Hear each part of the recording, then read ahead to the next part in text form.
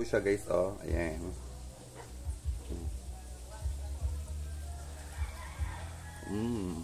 Harap.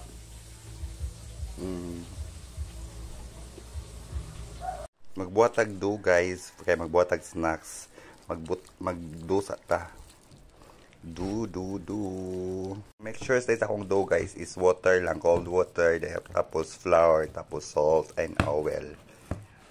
Yan na po yung ating dough. At isang iset aside, ilagay po natin muna sa refrigerator guys for 2 to 3 minutes. Yan. Yan po yung ating pangalawang ingredients po guys. Ayan. Saging. Saging na saba.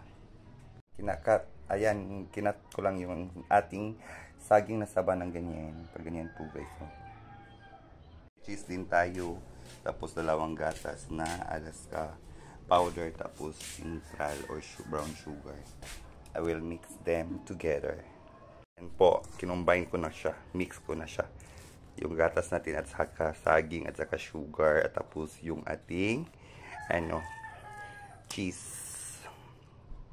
Ayan na po na yung itsura niya. Na-mix ko na sila together. Ayan.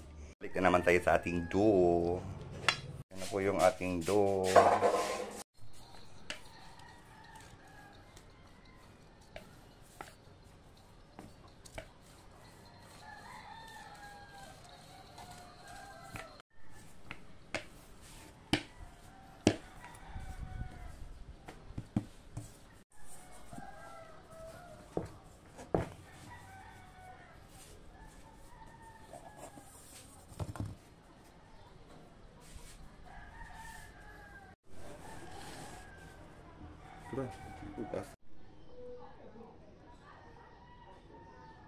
Yan na po siya mga lods.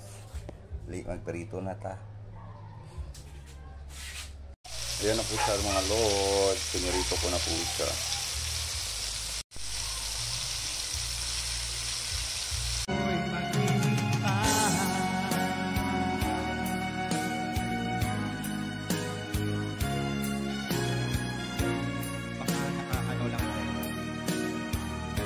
Nakadom na kasi yung camera.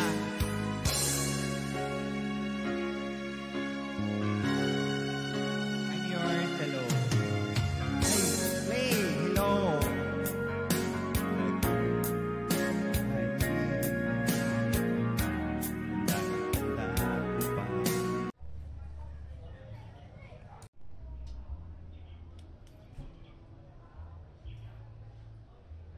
Yan na po siya mga lods. Luto na po siya. Dali, mga una ta. Thank you so much for watching guys. God bless us all. Bye bye.